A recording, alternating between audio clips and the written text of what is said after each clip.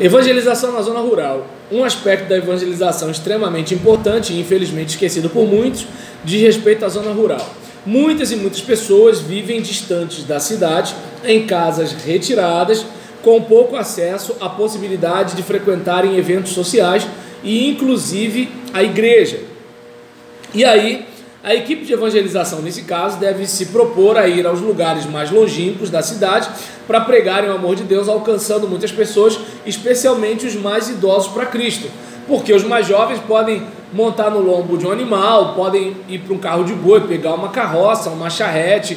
É claro, por exemplo, aquele camarada da zona rural com mais dinheiro já vai estar com aquela picape maneira, esse negócio assim. Mas tem aquele acamado, aquele idoso. Imagina, se aqui é difícil, como é que seria lá, não é mesmo? Então, há muitos casos de trabalhos evangelísticos que começaram nas casas e tornaram-se igrejas fortes, atraindo moradores da zona rural de toda aquela região. Não deve haver omissão e não há justificativa ou negligência em relação à pregação na zona rural, afinal, almas estão lá sedentas por Cristo. Ou seja, nós não podemos pregar apenas para os universitários e executivos da zona urbana. Precisamos também pensar nos lavradores e nos fazendeiros da zona rural. É importante a gente pensar nisso, né? E uma orientação importante diz respeito à cautela que se deve ter em relação aos procedimentos evangelísticos. É bom atentar para os horários de culto, pois essas pessoas costumam dormir muito cedo, pois acordam ainda pela madrugada.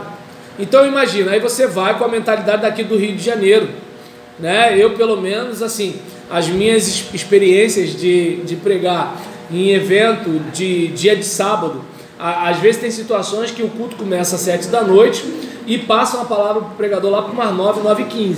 E aí eu não sou daqueles que assim, irmãos, abra a Bíblia tal, e não, passou a palavra para mim 9h15, vou pregar, né? Aí é claro, né?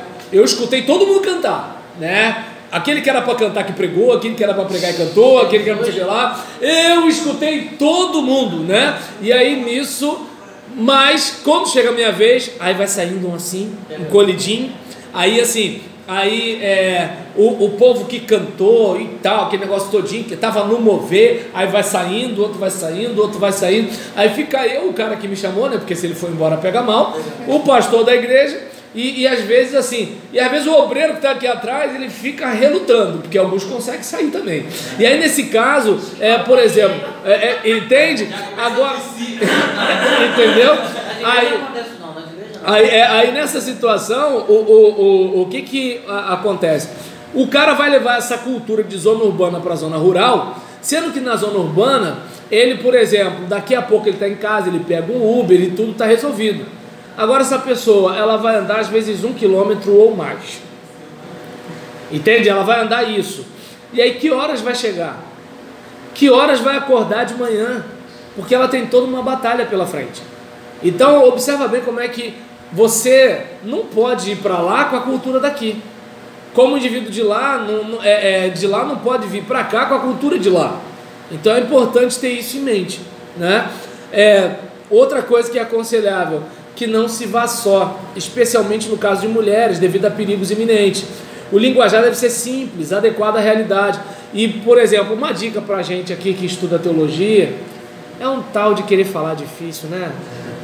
Então, aí assim, bacana, você mostrou que você estudou, mas aquela pessoa, aquela irmã que está lutando contra o câncer, aquele irmão que está lutando contra um vício, aquele irmão que tem um pai, né, que está na cama, atrofiado, ele não está querendo saber da sua palavra difícil. Ele quer algo da parte de Deus para ele enfrentar a luta que ele tem. Entende? Quer falar bonito? Fala bonito quando você for apresentar sua monografia, fala bonito quando você for apresentar um trabalho, fala bonito quando você for falar para os seus colegas de classe, fala bonito para o seu professor, fala bonito para o seu pastor, mas é o seguinte, aquele povo ali está precisando ouvir a voz de Deus, é isso que ele está precisando. Guarda o seu doravante para outro dia, mas assim, para aquela pessoa ali, ela está o seguinte, olha, eu estou com essa enfermidade aqui, eu não sei, estou há 2 dias sem comer, e aí, eu preciso de uma palavra da parte do Senhor. Eu estou aqui a ponto de me suicidar e eu estou vindo aqui porque assim, dependendo do que Deus falar comigo, não sei o que vai acontecer. E aí, a gente perde a oportunidade, né, para falar algumas coisas que assim, O pessoal, ele é muito inteligente, mas não entendi nada. O que adiantou? Tá dando para entender? Mas, assim, eu tenho todo o respeito por quem tem um vocabulário amplo. Já que ele é amplo, fala uma linguagem que os outros entendem. Senão eu vou achar que ele não é amplo. Só sabe falar bonito, não sabe falar simples, né? E aí, nesse caso, o linguajar adequado à realidade, né? E sem atacar a fé dos moradores. Às vezes tem situações que, assim, você está dizendo, olha, não deve adorar Maria. Realmente, a Bíblia diz isso, mas a pergunta que se faz é, você está falando em relação a Maria ou está falando em relação a ele? Porque na cabeça dele, ele pode estar entendendo que você está atacando ele. É importante saber discernir isso. É que nem quando aquele canal ou aquela produtora humorística, que eu não acho humorístico, né, que é o Porta dos Fundos, e assim, e não é implicância não, eu não acho que eles fazem nada engraçado. E aí nesse caso, quando eles fizeram aquela situação, né, de que acho que Jesus tinha um caso com o diabo, alguma coisa mais ou menos assim, né, e Deus tinha um triângulo amoroso com Maria e com José, um negócio assim, e tudo tal, por exemplo, aquilo não me incomodou em nada, por quê? Eles fizeram algo contra Deus, e eu não preciso defender Deus. E no meu caso, o que eu sei por causa de matéria de jornal. Porque eu não fui assistir para ficar chateado. Eu não sei se deu para perceber o seguinte.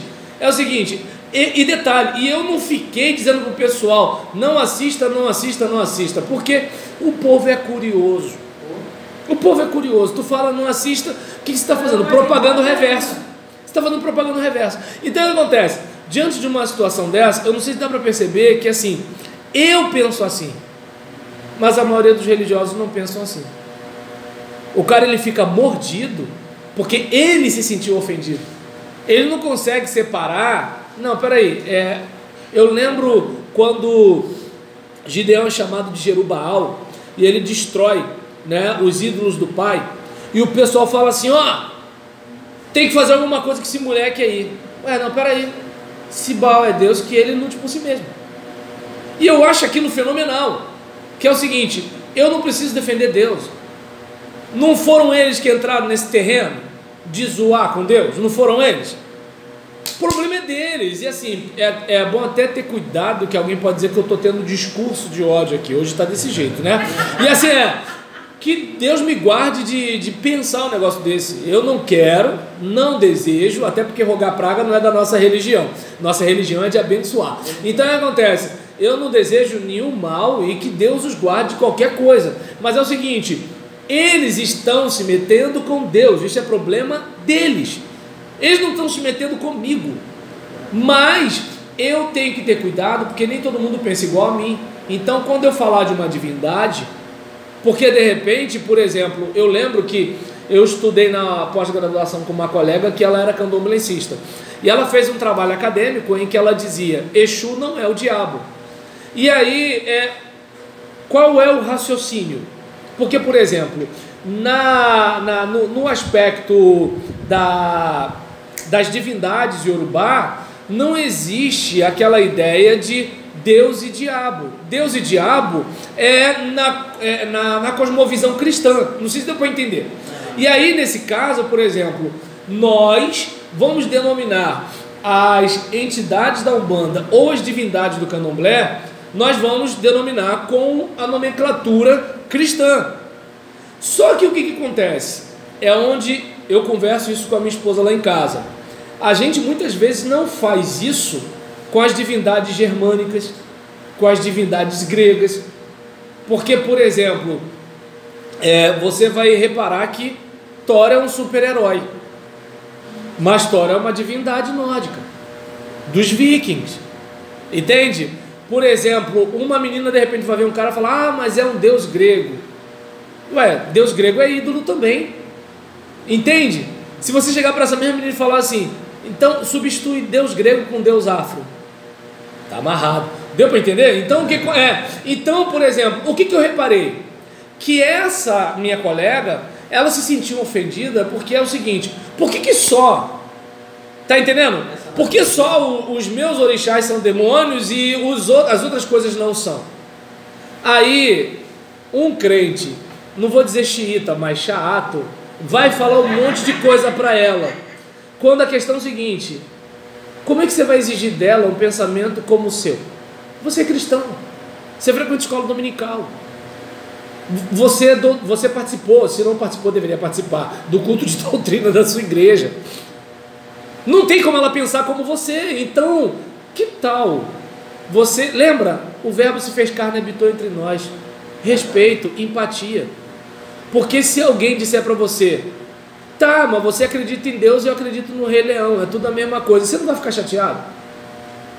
Então é importante ter essa consideração e esse respeito pela pessoa. Até porque, se você pegar Efésios 6, você não vai ver Paulo dando nome para divindades afro-germânicas, nórdicas, seja lá o que for. Você vai dizer que a nossa guerra não é contra carne nem sangue, mas contra principados, potestades, né? A questão de hostes do mal, seres malignos, organizados e inteligentes. Seres esses que podem estar atuando em cultos evangélicos. Seres esses que podem estar usando obreiros evangélicos.